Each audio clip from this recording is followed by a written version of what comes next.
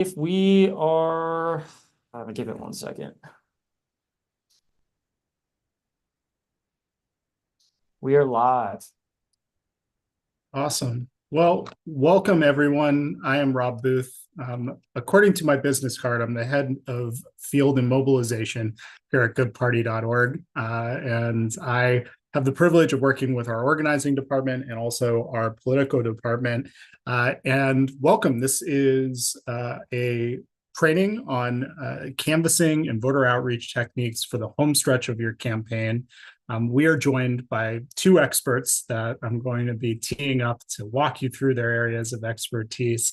From goodparty.org, we have a political analyst, Derek Lane. And then from Ecanvasser, our partner tool today, we have Jay Lipscomb. Derek, I'd love for you to introduce yourself and then pass the mic to Jay, just a little bit about your backgrounds. And then we'll dive into sort of some of the bulk of this training. Thank you, Rob. Happy to be here. I'm Derek Lane. I work on the political team here with goodparty.org. I've been working on campaigns for the lion's share of the last 15 years and spent most of that time working on campaigns, designing and executing fairly large-scale voter contact operations. So excited to be here talking to you guys and talking with Jay today. Jay, we'll kick it over to you. Yeah, thank you all so much for it all. So my name is Jay, as Boofy mentioned. So I work with the partner Ecanvasser that the Good Party is working with. So I've had the pleasure of working with Rob, Derek, and some of your other teammates in order to get this all set up for you. So I'll be helpful in helping you all kind of get to know Ecanvasser a bit more today. I'm so looking forward to it. Awesome. Well, before we dive into the hands-on, demo-oriented part of this, I did want to ask a couple of grounding questions to you two, starting with why is knocking on doors so important? Why is voter contact considered to be the gold standard of campaign tactics? And I'll start with Derek. So study after study after study shows that direct face-to-face voter contact is the most effective way to both persuade a voter from undecided to supporting your campaign and taking your supporters and making sure they get out to vote. We're talking about, especially in smaller races, the ability to flip the entire landscape with a well-designed and well-executed door program. So it's absolutely the platinum standard for voter contact. Yeah, I've seen studies that suggest that you can increase voter turnout using a well-coordinated door campaign by 7 to 11% compared to phone outreach, which only impacts at 2 to 3%. So definitely one of the most high leverage ways that you can influence the outcome of your election. And Jay, for you as somebody who works with Ecanvasser and is driving some of the cutting edge tools for connecting people to their voters, what do you think of as the specific challenges that tools like Ecanvasser can help our candidates to overcome? Yeah, I think that is a fantastic question. So I think some of the challenges that Ecanvasser will be able to help your team overcome is really being able to target the doors that they want to be able to knock on and really set up a really good strategy, but also a route to help you knock on your doors in the most efficient way possible, and also be incredibly helpful in helping you get specific data from the voters that you're speaking to, as well as also just being able to keep track of the conversations that you're having as well. Awesome. Well, I'm going to let us get into the actual demos. I'm going to let Derek walk us through some of the ways that you can use Good Party's offering and goodparty.org's tools to be able to drive your voter contact. And then we'll dive into how to really hand that in and how it works really well with Ecanvasser. Now you can use that to run a large coordinated door knocking effort. But I'll start by just sort of saying the goal of so many of goodparty.org's tools is really simple. When you sign up for a Good Party Pro account, we get you the voter file so you can pick your targets. And then we use our AI tools to apply basically best standards to things like scripting. So you're able to get the most concise, most effective version of your message out. And then we're partnering with tools like Ecanvasser and Scale to Win on the texting side to be able to take that message that you crafted and get it to the right voters. So And if I had to condense all of this down into, one little soundbite, that's really what goodparty.org is all about. And we're grateful for partners like Ecanvasser for helping to deliver on the third part of that puzzle. But Derek, please take it away, share your screen, and let's walk through Good Party's current offerings. Absolutely. Thank you, Rob. So let me get my screen up here. Rob, you can see that? Thumbs up. Great. My light turned green. Perfect. All right, guys. So a couple of new things I want to talk about here with the Good Party dashboard. We rolled out several new features to some quality of life feature updates. I think that's going to make it easier for us to integrate some of our voter contact efforts and just help us sort of organize our direct voter outreach throughout the rest of the election. I think the first thing that's important for all of us to understand as we're trying to grapple with our get out the vote planning is understanding what your path to victory is. One of the new features here on the dashboard is I think a very helpful breakdown of how many voters you have to reach, when you have to reach them, and the sort of best tactics and general industry best practices for sort of the percentage of folks you want to reach through each contact, right? And typically speaking, what we want to see is that through various forms of contact, you want a voter to come in contact with your campaign messaging at least 5 times over the course of the campaign through doors, phone calls, texts, mailers, passive forms of contact like social media, advertising, yard signs, things of that nature. So here in the direct voter contact page here, we can see that we now split this up. You can see exactly how many targets you have for each tactic and direct action steps you can take underneath each form of contact. So today we're going to be talking about door knocking. We're going to be focused mostly on that, but this process works pretty much no matter which type of contact you're trying to engage in.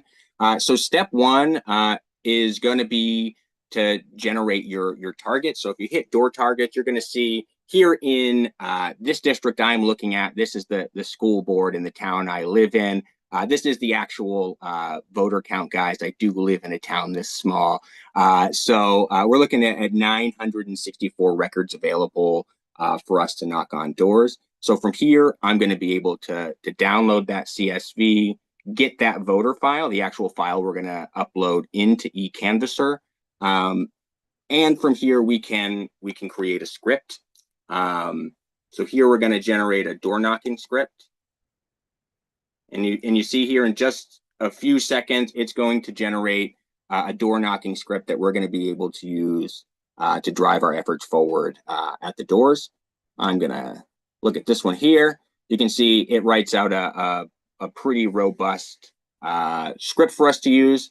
And we, by we, I mean the PA team, your assigned political associate, are always willing to help you work on polishing this up. Or if you have any sort of questions about what should be or shouldn't be in your Canvas script, that's something we're always able to help with some direct support.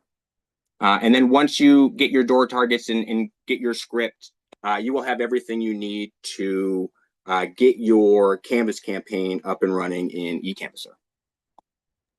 Yeah, and those scripts that the AI generates, it's worth saying, you can regenerate, you can give different feedback to, and you can make direct line edits. The process for this usually is we use it to create a general starting point from which you and the PA will refine it and get it into sort of winning shape.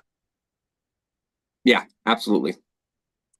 And as far as the door knocking tools, Derek, as well as texting, when people sign up as pro members, this is included in their offering, correct? I know with texting we give 5,000 free text messages, and then access to Ecanvasser is actually something that we just rolled out very, very recently. And we have about 25 to 50 seats left to fill as we're trying this. So as we begin to transfer over to Jay for the Ecanvasser demo, I just point out if you have been on the fence about doing door knocking, if you've been on the fence about Good Party Pro and thinking, how do I take this voter file and then actually action against it, this is how. And so if you're interested in these tools, now is the time to be able to sign up and put them into effect. October is really the height of campaigning, and this is the stretch where your voter contacts will have the most impact. So without further ado, I think we'll throw it to Jay to walk us through the Ecanvasser side of this. Yes, sounds good. Let me share my screen and we can start walking through the canvassing tool. So there are two pieces to the Ecanvasser tool that you will see today. The first is going to be the web application or our dashboard, and this is where all of your campaign setup actually happens. So where you're managing your doors, where you're creating your walk list, and then we'll transition into the Walk app, which is the end user tool that's going to be used to actually keep track of and log those conversations that you're having with your voters. So to get started, the foundation of those door-to-door canvassing are going to be the doors and the voters that you're knocking on. So that's where we'll get started in Ecanvasser. So in this example that I'm displaying, we are looking at our database, and this is where your voters live once they are imported into Ecanvasser. So there are two places in here where you're going to be able to manage this further. And the first is going to be the database where you have information like the first and last name, email, age, date of birth. And then we also have access to a map, which is actually then going to place all of your voters in a house. And they're going to be these house pins on a map that you are able to then color code and basically knock on when you're in the app. So to create a walk list, there are essentially two ways that you can do this. One is with borders and one is without borders. So I'll briefly walk through how we would want to do so with no borders, and I'll just use an example here. So part of creating these walk lists is going to be that you have the ability to really filter out or segment what specific doors that you'd like to hit so that you have a more strategic kind of walk plan or route to talk to your voters. So in this example, in our database, I'm going to use some filters to get this number down so that I can target a more specific group of voters. So in this example, I'll say that I want to target our male voters who are between the age of 20 and 30, just to kind of give us an example here. And when this is done, I'm now going to be able to see my number reduce and how many of those voters I actually have the potential to talk to. So at this point, I will select all of the voters that match my set, add them to a walk list. And this is now where we're taking those voters out of Ecanvasser and we're now giving them to yourselves, the candidates, or the people who are going to be working with you and knocking on those doors. And at this point, we are going to name our list. So this would be whatever naming convention you would like, and then also assigning it to a team if you would like. So this is if yourself and other people are all working together on specific walk lists, you can tackle them together. Or if you'd only like to assign yourself an individual list, you can also do so as well. So at this point, we have now just walked through how to create one walk list to really get those voters that we have now into your mobile app. The second really cool way that you are able to do this is also through the map. And this is where, if you would like to use more specific boundaries or streets in order to kind of get a specific area. So on the map here, I have a general area that we are going to cut turf and assign to myself so that we can walk on these doors in the mobile app. So using our cut turf feature, which you can do polygon or free draw, we're basically going to draw a shape around the general area of houses that I want to make available for my turf or walk list. At this point, I'm going to be able to see how many houses and voters that I'm going to be speaking to. And similar to how we saw before, create our list name and then also assign it.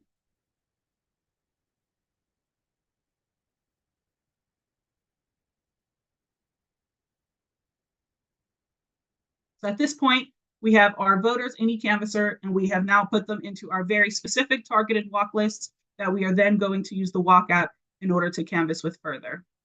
So now that you've had the opportunity to set up their doors, you are also going to have the opportunity to set up their mobile app experience or your mobile app experience. And this is where you're going to determine what kind of pieces of information you'd like to collect from the voter, set up your scripts within Ecanvasser that you created in the Good Party dashboard, as well as create any surveys or set of questions that you might be interested in. So our custom fields are going to be pieces of information that you would like to collect from the voter at the door, or ones that you would like to see, for example, gender.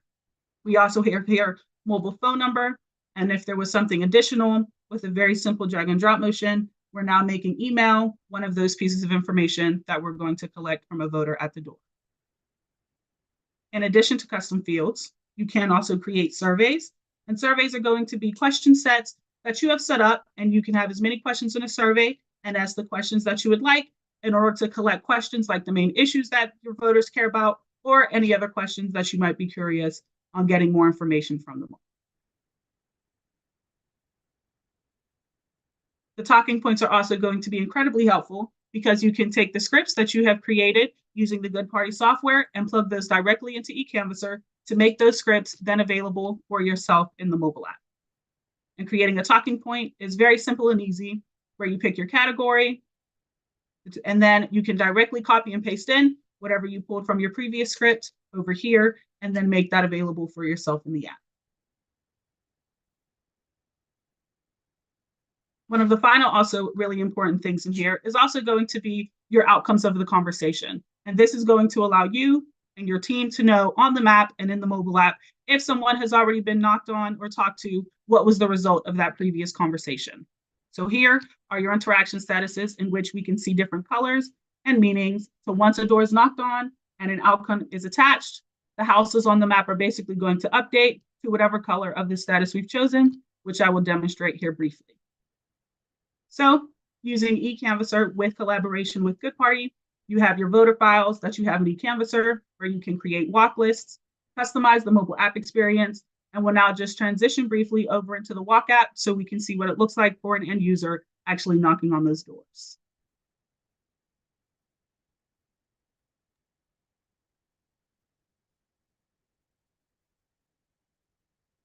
Awesome. Well, thank you so much for that, Jay.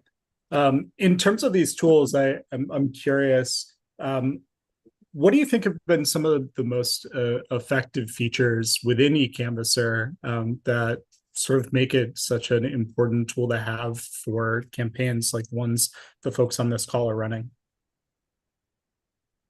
Yeah, so I think creating those targeted lists is going to help resolve a huge problem, because it's very easy to get a bunch of doors and feel overwhelmed or not knowing where to start with those territories or voters that you're speaking to. So through the use of Ecanvasser, you can very specifically target your voters. And there are also different ways in the mobile app, which I can display, also how to help you get through your doors in the most efficient way possible.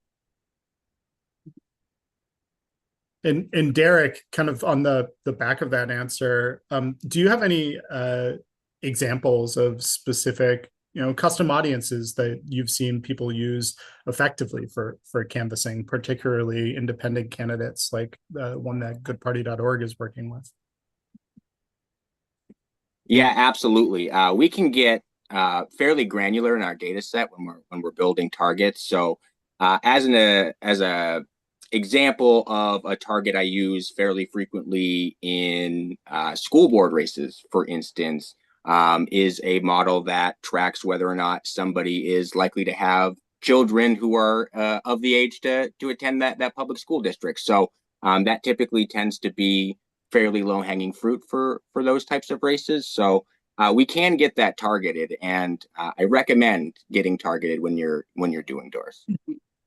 Yeah, there's so many different ways to use this data and this door knocking tool to find exactly the right voter for the right message.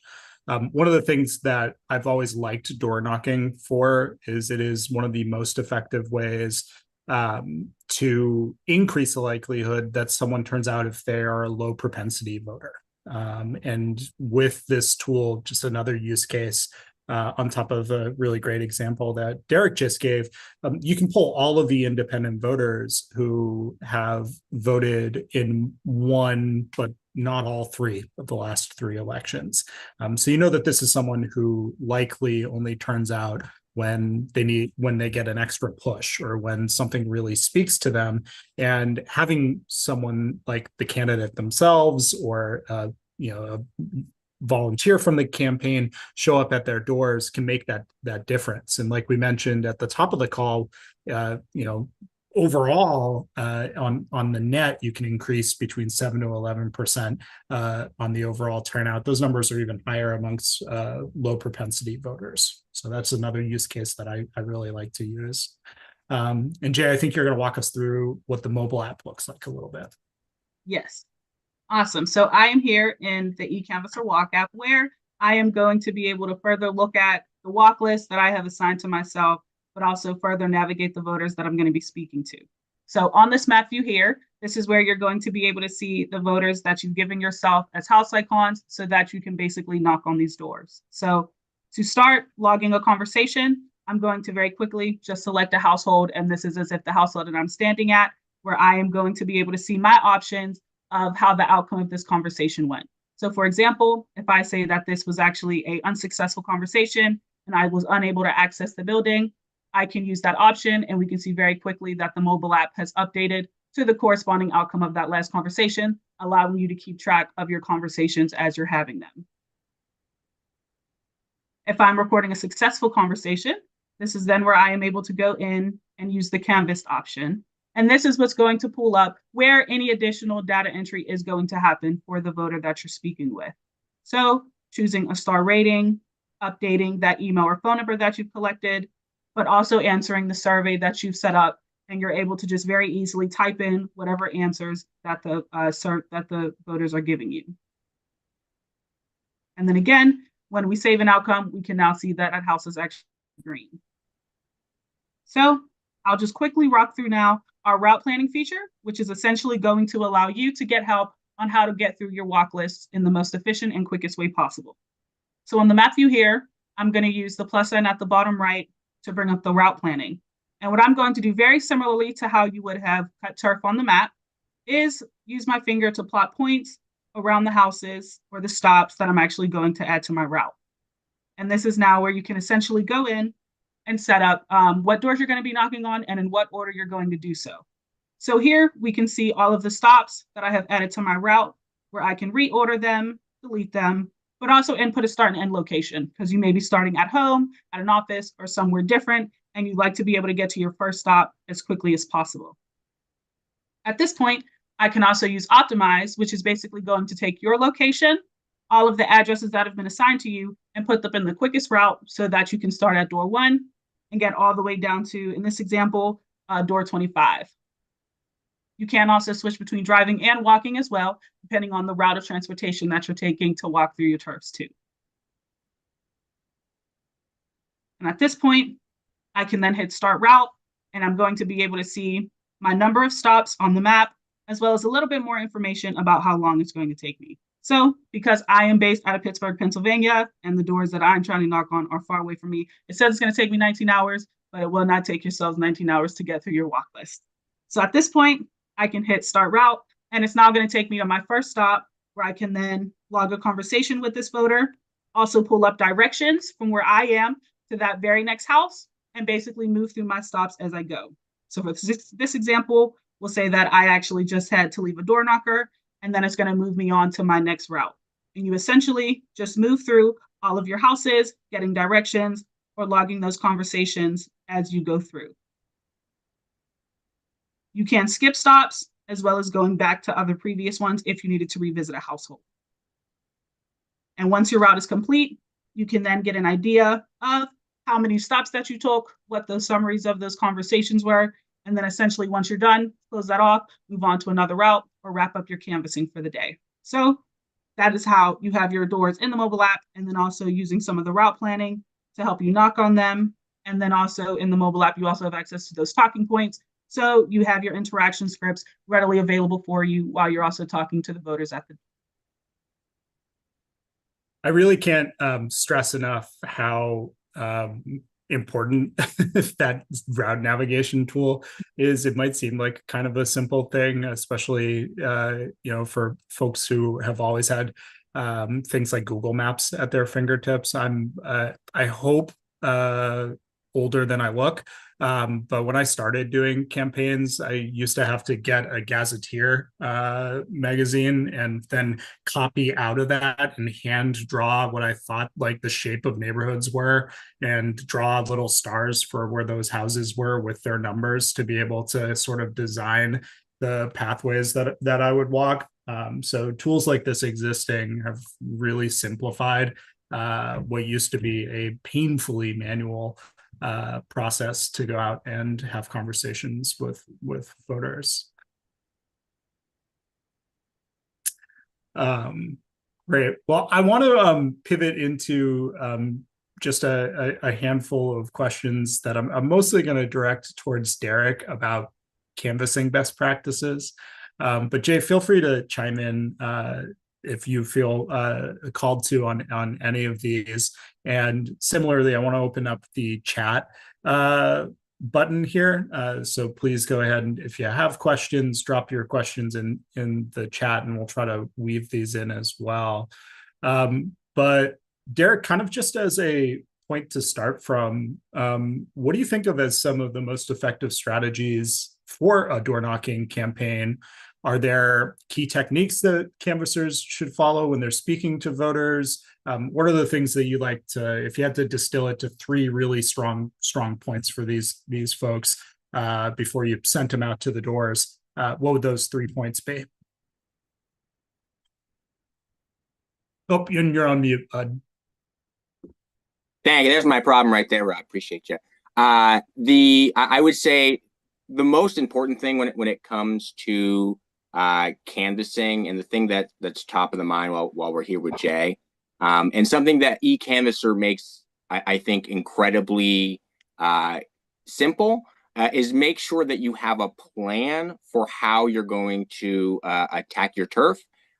Figure out how many doors you have to hit, break your turfs up, and set a schedule and stick to it. I think that's most important, is that canvassing is most effective when it's done consistently. So that's one. Step 2, I know this might seem fairly intuitive for most of you, but it's a skill I know I've had to train paid canvassers on for quite a bit the last dozen years or so. Make eye contact and listen at the door. The best conversation you have with a voter is the conversation where they're talking 70% of the time and you're listening 70% of the time, right? You should always be actively listening, empathizing with the voters, and connecting their concerns back to your campaign. And lastly, and I think this is the biggest hurdle for a lot of folks, but I think going out there with the understanding that most people that you talk to are positive, they're nice, and they're happy to see you. I think a lot of people get sort of hung up on the anxiety behind knocking on a stranger's door and talking to them about your campaign. But in the probably 100,000 doors I've knocked on in my time in politics, I can count the negative interactions I've had on one hand. I think people are inherently good in what you're doing, going out there and reaching out to your community, connecting with them on the issues that matter most to them, is the most important thing that you can be doing, and you can sort of hold that in the back of your mind and in your heart as you're out there knocking on doors. Awesome. And we talked a little bit about how to prioritize which doors to knock on. And I think that we covered some good advice on that. But any final thoughts on prioritizing which doors to knock on, especially during the phase of the campaign that I think a majority of people are in now, which is the get out the vote phase? You know, there's a way to kind of compress some persuasion into this late stage of the campaign, but I imagine with early voting having started last week at the latest in most states, most folks are just in get people to the polls mode at this point. Yeah, absolutely. So when you're out on doors, I think important things to remember during this phase is you should be having people make a plan to vote. You should go out there armed with the information on when your polling location is open, how folks get access to early vote or absentee ballot, mail-in ballot, depending on what they call it in your state. but you should be I don't want to say an encyclopedia, but you should be armed with every piece of information a voter needs to go cast their ballot. And you should very clearly make a plan, ask them what time they're voting, what day they're voting. Are they voting earlier on election day? You've run a text campaign with me. That's something we sort of build into the text script.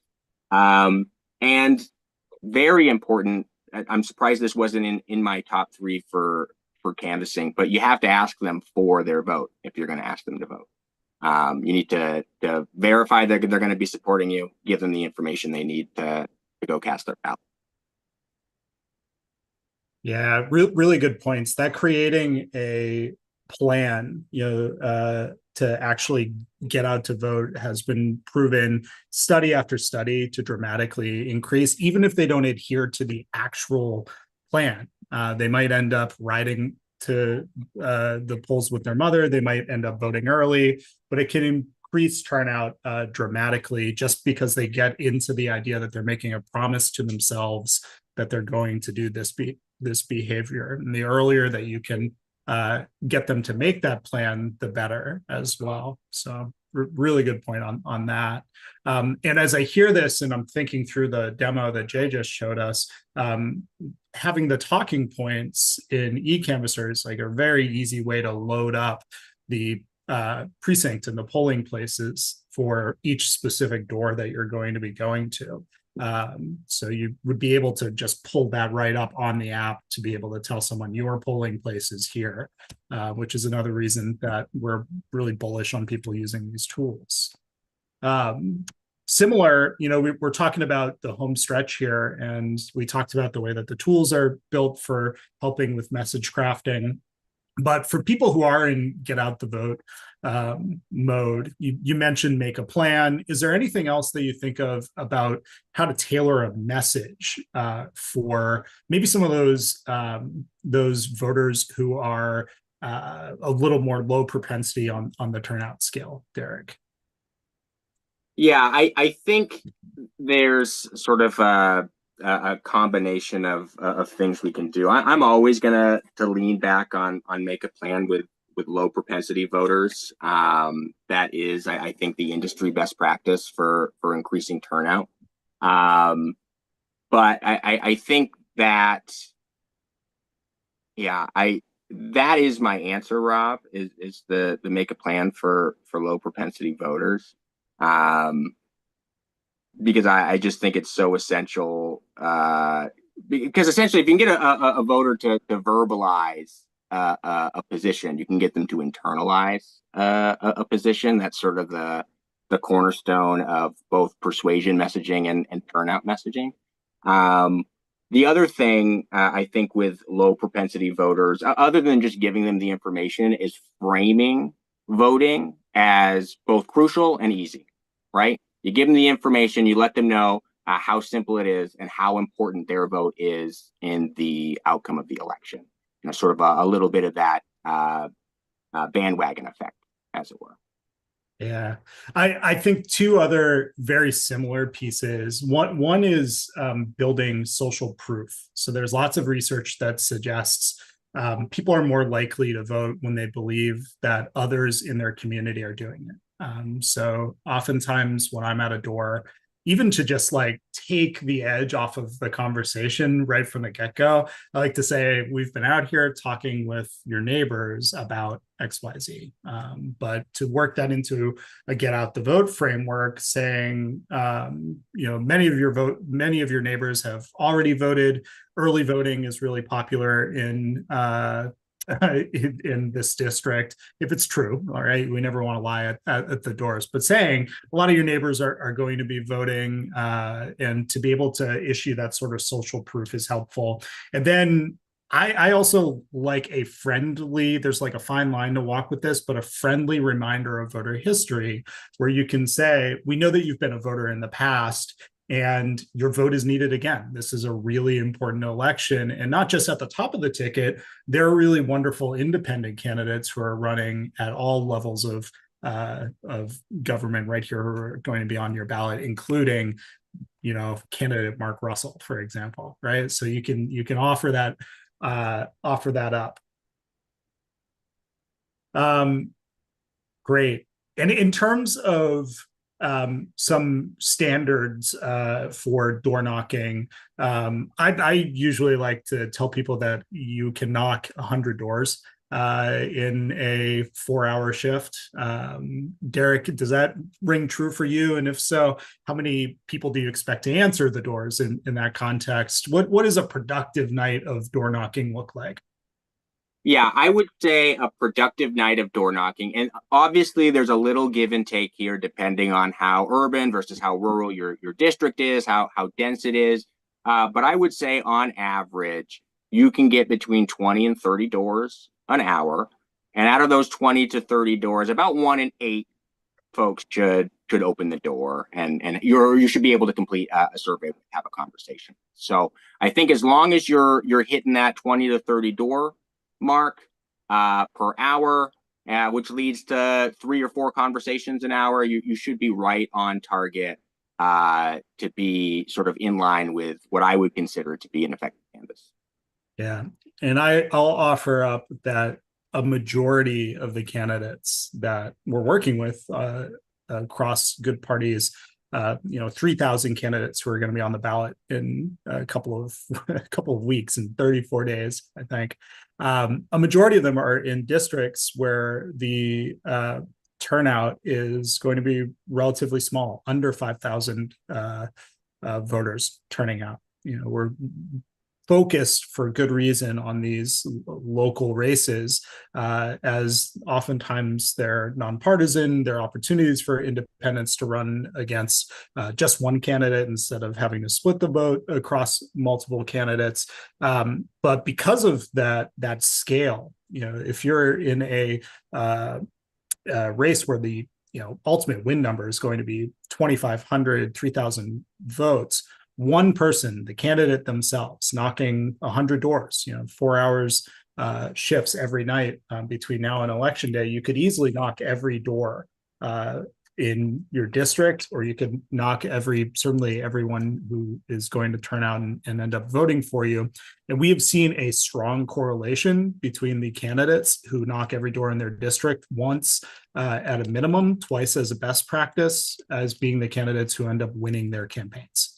That has been true since the very first goodparty.org win with Terry Vo, who knocked every door in her district in Nashville twice, and it is proven out time and time again. So this might seem like a large undertaking, but it really breaks out into small, repeatable tasks. And if you can get someone to go with you, if you can build up a volunteer team to knock on these doors with you, it goes even faster. So that's I cannot stress the importance, especially at this stretch of the campaign, of door knocking as a tactic. And speaking of volunteers, I know, Derek, you've run some really large scale paid and also volunteer door knocking efforts. What are some really effective ways to keep volunteers motivated, engaged through a long push of canvassing? What are some of the ways to keep spirits high and to keep people coming back for these shifts? Yeah, absolutely. So I love canvassing with volunteers. I don't think personally, I think the highest caliber of volunteers are those ones who are willing to get out there and knock on doors. So I think it is important to sort of keep their spirits high and their morale high. Things that I like to do, I like to come with refreshments, little drinks, little snacks for folks who are out on doors, granola bars, pretzels, trail mix, something along those lines to keep their energy high.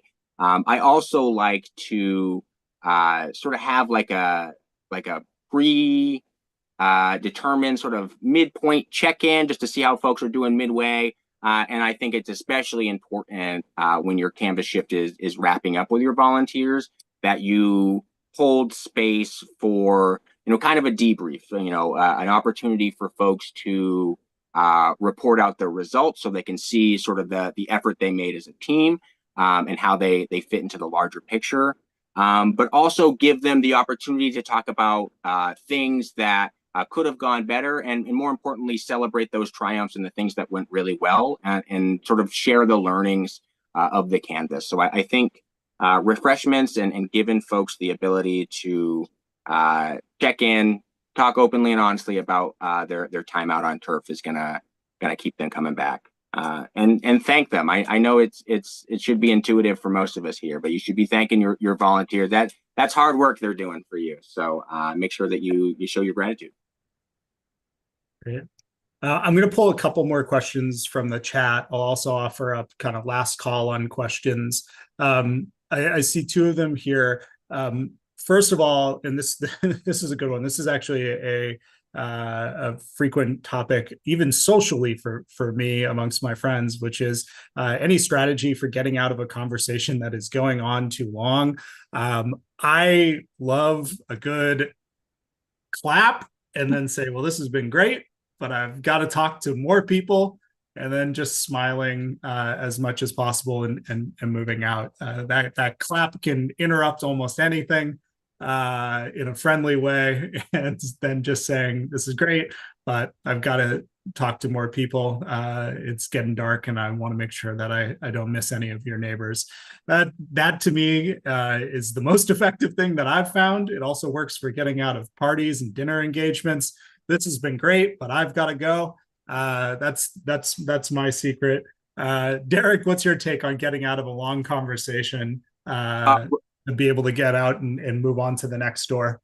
Yeah, Rob, my response is almost verbatim to that. It's a clap, it's a point. It's, hey, look, I've had a great time chatting. Here's my contact information if you want to continue this conversation, but I got to go talk to your neighbors. And then just, politely excuse yourself. But yeah, it's the exact same response. The clap, the hey, this was great. It's time to go. Response. Yeah. So Derek and I are both from Maine, and I can also say a sharp inhale is like universal here for I don't want to be in this conversation anymore. So well yeah. usually goes pretty far. Jay, any tips for getting out of conversations that have gone on too long? I think what you both said, honestly, I think was great, and the same type of tactics I use. I think sometimes it also helps to end it off with like a quick recap of like what you heard that person say, just so that it's also like, okay, these are the points we covered, we're done, and now I'm going to move on. So yeah, I say that for sure. Mm-hmm. Yeah, that's good too. That's a really great way for people to feel heard as well. In general, to do some mirroring at the door is definitely smart. Another question here: if you can't get to all the voters a second time around, do you look at the areas that are big numbers, so like high density, or do you anchor towards the areas that have the highest turnout of voters? And I'll let Derek answer this. I'll take a first stab in saying it really depends, right? Like if you look at those areas of high turnout, like these people are going to vote no matter what, right? Because they are voting without a push. They turn out for every single election. So you have to hope that those people have heard of you, and you have to hope that those people are going to vote for you.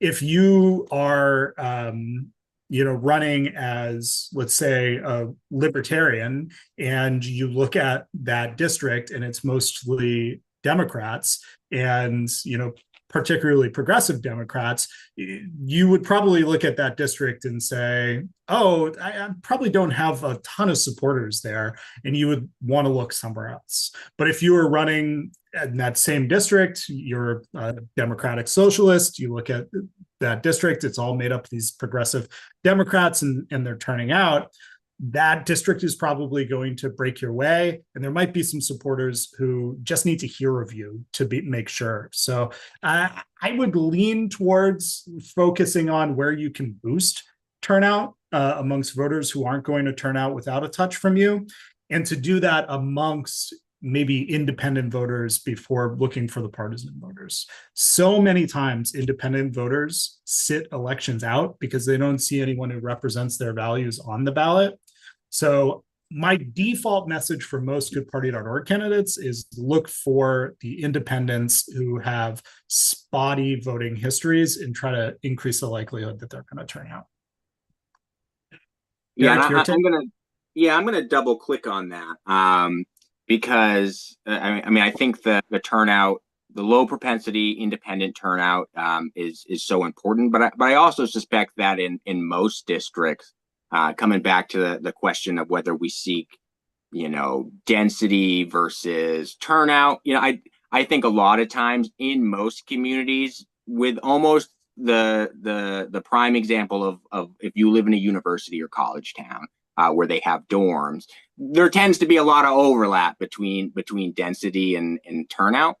And so where it is, so I think campaign dependent, to get to the real heart of this question, just going back to what Rob says, to look for those pockets of folks that fit your target demo. For most of the goodparty.org candidates, that's going to be those low turnout independents, and making sure those folks know who you are and get out to vote.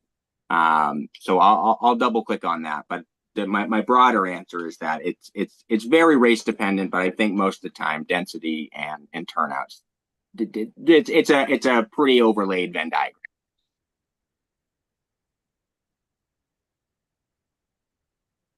Great. Well, I want to reiterate as we begin to wrap up the call, the wonderful thing about where we're at with Good Party Pro right now is we are able to offer access to Ecanvasser 100% for free. This is a pilot program that we're running. We're very excited about the demand that has been present. We have about 100 seats total in this pilot that we're running, and we have filled a majority of those. We have about 25 left, and they are going quickly. We're running a handful of one-on-one demos with candidates who are already pro candidates who haven't claimed their seats yet. And for candidates who have not signed up for pro, we really encourage you to do so and to get access to these free tools to be able to knock on doors. I'm going to have Quinn go ahead and drop a link to our Discord. We have conversations just like this and give ongoing feedback, and we have candidates who give ongoing feedback in our Discord. So if you want to join our candidate link, here our candidate Discord, there's an opportunity to be connected to your peers who are also running for office all over the country. And Derek, if you could drop a link to Pro in the chat as well. Oh, looks like Quinn's got it all. So the first link is how you can sign up for Pro. The second link is a link to our Discord, so you can join the community over there. We also, every single month, have a candidate training where we let our candidates help us to drive the curriculum for that. This was a sort of a special demo, but it's very similar to a call like this with a deep dive into a single topic.